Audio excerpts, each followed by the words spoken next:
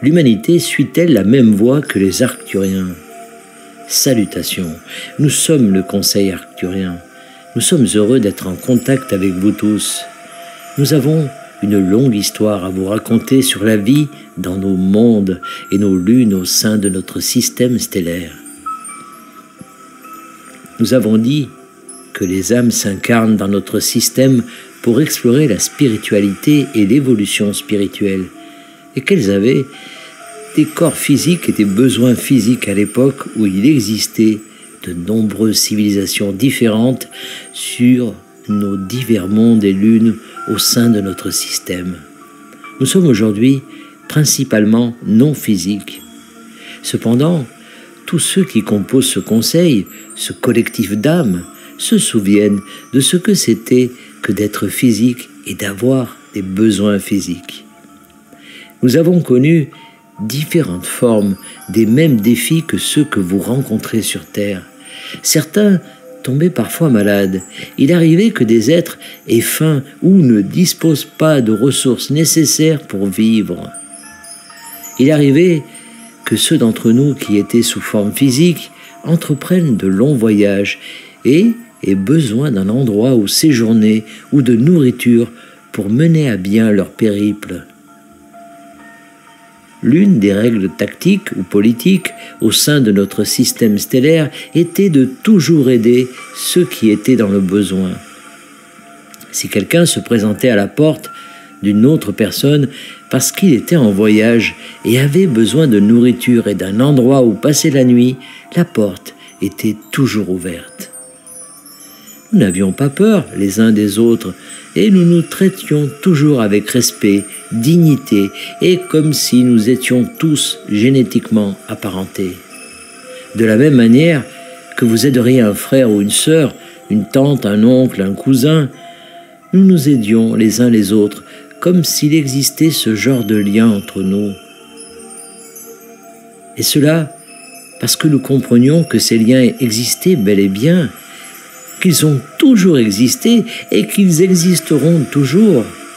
Le fait de comprendre que nous ne faisons qu'un et que nous sommes tous liés les uns aux autres nous a aidés à évoluer spirituellement. Ainsi, vous aidez les autres à évoluer spirituellement en les aidant de toutes les manières possibles. Vous vous aidez vous-même à évoluer spirituellement chaque fois que vous recevez ou donnez de l'aide à quelqu'un d'autre. Il est important de recevoir, de donner et de ne voir aucune séparation entre vous et les autres. Ainsi, si quelque chose arrive à quelqu'un d'autre, vous réalisez alors que cela vous arrive aussi et vous voulez faire quelque chose pour y remédier. Vous voulez aider de toutes les manières possibles. Vous avez maintenant toute la faim, tous les sans-abri, toute la violence, tous les conflits et toutes les guerres qui existent dans votre monde en ce moment pour vous donner les occasions dont vous avez besoin pour voir vos semblables dans le besoin comme vous-même vêtus d'habits différents. Et lorsque vous répondez à l'appel pour nourrir une personne affamée, pour loger une personne sans domicile, vous pouvez alors ressentir l'unité comme une expérience viscérale réelle, plutôt que comme un simple concept. Vous grandissez chaque fois que vous rayonnez la certitude qu'il n'y a ni manque ni séparation. Vous grandissez de tant de façons lorsque vous vous voyez dans l'autre et l'autre en vous-même.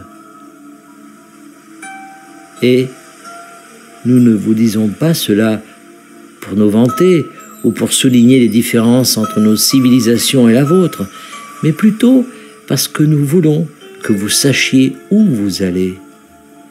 Vous êtes là où vous êtes maintenant, et vous avez choisi cette réalité particulière et cette expérience particulière de séparation et de manque pour vos propres bonnes raisons. Mais là où vous allez maintenant, c'est là où vous êtes guidés.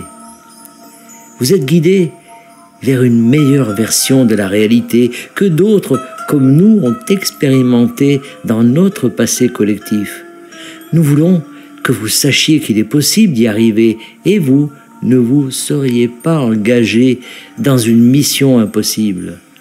Alors, gardez la tête haute et sachez que vous avez besoin que les circonstances soient telles qu'elles sont aujourd'hui pour pouvoir évoluer de toutes les manières que vous avez choisies avant votre incarnation. Nous sommes le Conseil arcturien et nous avons apprécié cette connexion avec vous. Canalisée par Daniel Scranton, merci de partager au plus grand nombre